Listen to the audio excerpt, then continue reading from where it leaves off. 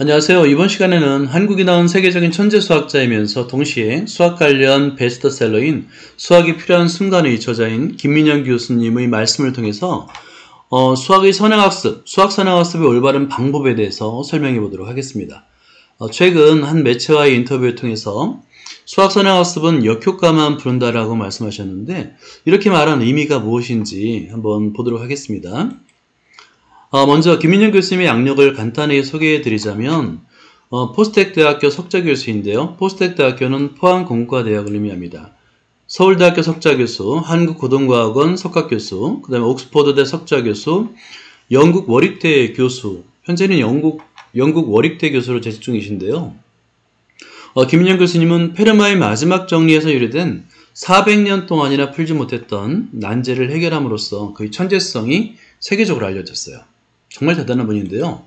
그런데 순수 수학에서의 업적뿐만 아니라 최근에는 수학이 필요한 순간 그리고 다시 수학이 필요한 순간이라는 책을 통해서 이 수학의 대중화와 학생들에게 수학의 의미와 가치를 전달하고자 많은 노력을 하고 계십니다.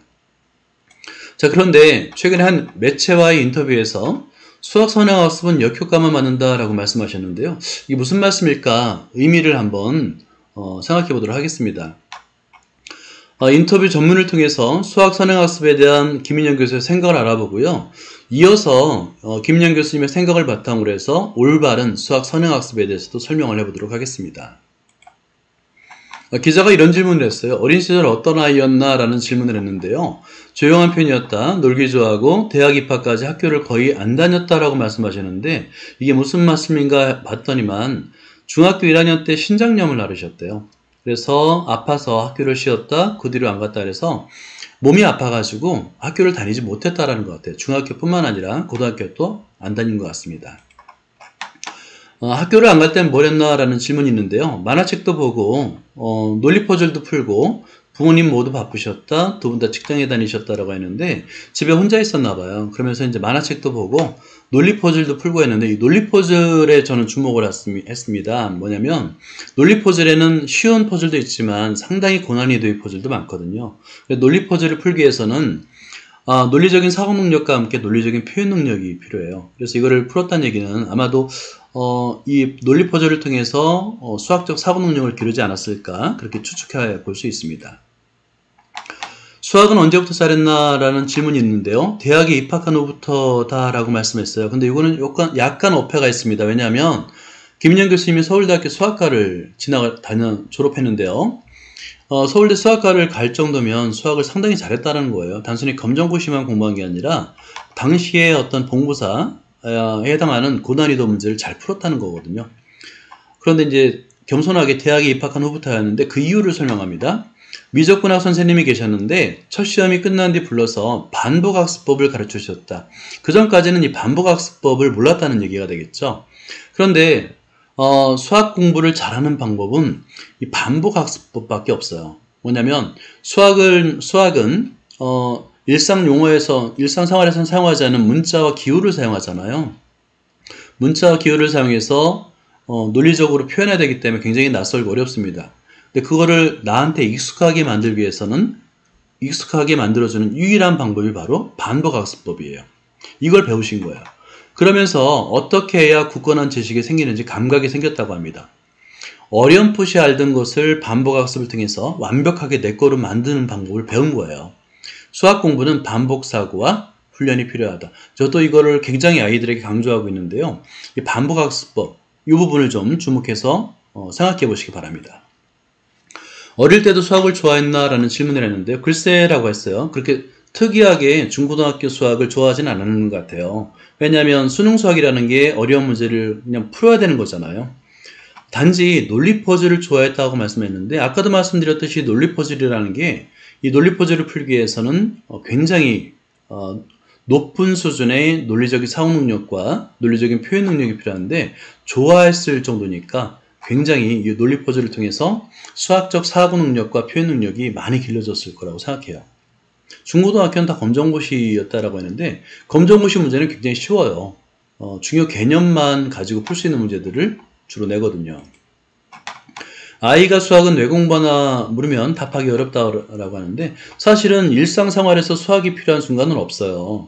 필요하지도 않고 어렵기만 한 수학을 꼭 공부해야 될까? 이런 생각은 누구나 하잖아요. 근데 이 질문의 답이 좀 어렵습니다. 그런데 김민영 교수님은 아이들이 그런 질문을 하면 인터넷에 두 가지를 직접 검색해보라고 말을 한답니다. 첫 번째가 왜 공부해야 되는가? 두 번째가 왜 공부할 필요가 없는가? 이 두 가지를 모두 검색해보라는 거예요. 인터넷에 검색해보면 공부해야 되는 이유에 대해서 다른 아주 다양한 의견을 볼 수 있고요. 마찬가지로 공부할 필요가 없는 다양한 의견이 있는데 충분히 읽은 다음에 아이 보고 생각해서 결정하라는 거예요. 아이가 스스로 선택을 해야 된다는 건데 저도 이거에 전적으로 동의합니다. 보통은 책상에 억지로 앉히거나 억지로 학원에 보낼 수는 있지만 수학을 좋아하게 만들 수는 없어요. 근데 본인이 생각하고 선택할 수 있다면 수학을 좋아하게 할 수 있거든요. 그래서 충분히 검색을 해보고 생각을 해본 다음에 본인이 수학 공부를 할 것인가 말 것인가를 선택하는 게 중요하다고 생각합니다. 4차 산업혁명 시대 아이들에게 필요한 소양이 무엇입니까? 라는 질문을 했는데요. 4차 산업혁명은 사방이 수학이고 수학적 사고가 필요하다라고 했는데요. 저도 3년 전에 미래학자들 강연을 많이 들을 기회가 있었는데요. 정말 공통적으로 미래학자들이 강조하는 것이 바로 수학적 사고 능력이었어요. 저도 이게 좀 신기했었는데 수학적 사고 능력이라는 게 무엇이냐면 논리적인 사고 능력과 논리적인 표현 능력을 말하는 거예요. 그래서 이 수학적 사고 능력은 굉장히 중요하다는 말씀하셨고 하지만 얼마만큼 수학 지식이 필요한지는 사람마다 달라요. 당연하죠. 김인영 교수나 저처럼 수학을 전공해서 전문적으로 공부할 수도 있지만 그렇지 않을 수도 있잖아요. 그래서 본인에게 필요한 수학 지식의 양만큼만 공부하면 되는 건데요. 그걸 아이가 생각하게 하면 좋겠어요. 나는 단지 이제 대학교 가기 위한 수학만 필요하다라면 그 정도만 선택하면 되는 거예요. 그런데 수학을 좋아하게 하는 방법은 따로 있습니다. 수학을 못해도 살아가는 건 가능하다. 하지만 세상에 대한 이해와 선택의 기회는 제한됩니다. 그렇죠.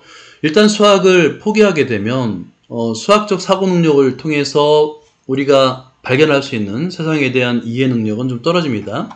그리고 선택의 기회도 많이 줄어들죠. 왜냐하면 아무래도 이제 내가 원하는 전문성을 기를 수 있는 대학과 학과에 진학하면 많은 선택의 기회가 있는데 반면에 대학을 진학하지 못하면 선택의 기회는 많이 제한되게 되죠. 그래서 본인이 세상에 대한 이해와 선택의 기회를 좀 많이 갖고자 한다면 공부를 선택하게 하게끔 하는 게 좋을 것 같습니다. 수학을 잘하는 비결은 뭔가? 중요한 질문이네요. 수학을 잘하는 비결은 뭡니까? 라고 했더니 열심히 하면 잘할 수 있다. 굉장히 당연한 답을 했어요. 그런데 중요한 거는 여기 생략된 게 있어요. 열심히 하면 누구나입니다. 누구나 잘할 수 있어요. 이건 제가 보장합니다. 고등학교 수학까지는 사실은 누구나 다 잘할 수 있어요. 올바른 학습 방법만 익힌다면 아까 반복학습법 있었죠. 개념 위주로 반복학습을 하면 누구나 다 수학을 잘할 수 있어요. 그 점을 말씀하신 거예요. 업적이 뛰어난 수학자를 보면 공통점이 있다. 그들은 하루 11시간 앉아서 11시간 동안 앉아서 수학을 연구한다. 나는 그렇게 못한다. 문제는 어떻게 하면 동기가 생기냐다. 이게 핵심인데요. 사실은 수학을 좋아하는 학생은 수학을 못할 수가 없어요. 오히려 수학을 좋아하는데 수학을 못하기가 어렵지 않을까요? 그죠? 그러니까 어떻게 하든 동기, 호기심, 좋아하는 감정이 생기게 하느냐가 중요한 겁니다. 아이가 관심 있는 걸 탐구하며 수학을 만나게 해주면 좋겠다라고 했는데 예를 들어서 선행학습을 하게 되면 그냥 전체의 내용을 다 해야 되잖아요. 그럴 필요가 없어요. 선행학습 중에서도 내가 관심 있는 어떤 문제를 또는 해결하기 위해서 아니면 탐구하는 과정에서 필요한 지식만을 뽑아서 공부해도 돼요. 그러다 보면 수학을 통해서 이 문제를 해결할 수 있구나 아니면 이걸 탐구할 수 있구나를 여러 학생들이 이해할 수 있는 건데 그렇게 되면 아무래도 수학 공부에 대한 동기가 생기게 되겠죠. 수학 사교육 선행 열풍을 어떻게 보는가 하는데요. 최근에는 사교육을 받지 않는 학생이 거의 없을 정도로 사교육을 통한 선행이 굉장히 열풍적으로 불고 있는데요. 선행이 학생에게 도움이 되는가를 생각해 봐야 된다. 도움이 안 될 수도 있다는 얘기입니다. 선행 때문에 학교 수업이 지겹고 싫다는 아이들이 있다는 게 주관적인 관찰이다. 이런 아이들이 많아요. 나는 학원에서 이미 배웠어 라고 생각하면서 아예 수업 시간에 듣질 않고 수업 시간에 엎드리거나 딴짓하는 학생이 오히려 많습니다. 그런 경우는 오히려 선행학습을 하지 않는 게 좋습니다 라는 뜻인 거예요. 잘하는데 싫은 경우는 드물다. 수학 선행학습은 역효과만 부른다. 이런 말씀했는데 많이 생략됐지만 뜻은 뭐냐면 문제풀이 위주의 일방적인 선행학습은 아이들이 잘못된 선입관을 가져 내가 이거를 했다라는 착각, 문제만 풀었을 뿐이지 그 개념이 어떤 의미인지는 제대로 이해를 못했을 가능성이 대단히 높거든요. 모든 선행학습은 학원에서 진행하는 모든 선행학습은 개념 위주가 아니라 문제풀이 위주예요. 따라서 수학의 재미와 흥미를 느낄 수도 없을 뿐더러 사실은 많은 스트레스를 받게 되는데요. 이런 수학 선행학습은 사실은 안 하는 게 좋습니다. 역효과만 난다는 거예요. 그래서 뒷부분에서 올바른 수학 선행학습에 대해서 제가 추가적으로 설명을 해드릴게요. 김민영 교수와는 비교할 수 없지만 저도 현재 수학 박사이고요. 그 다음에 수학 교육자로서 김민영 교수의 인터뷰를 바탕으로 올바른 수학 선행학습 방법, 올바른 선행학습 방법을 이야기해 보려 합니다.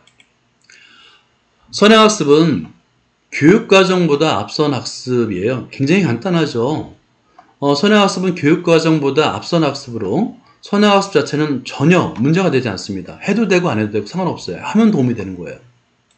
그런데 단지 아이에게 수학의 재미와 필요성을 느끼게 하지 못하고 수학학습의 목표는 수학의 재미와 필요성을 느끼는 것이어야 됩니다. 반드시요.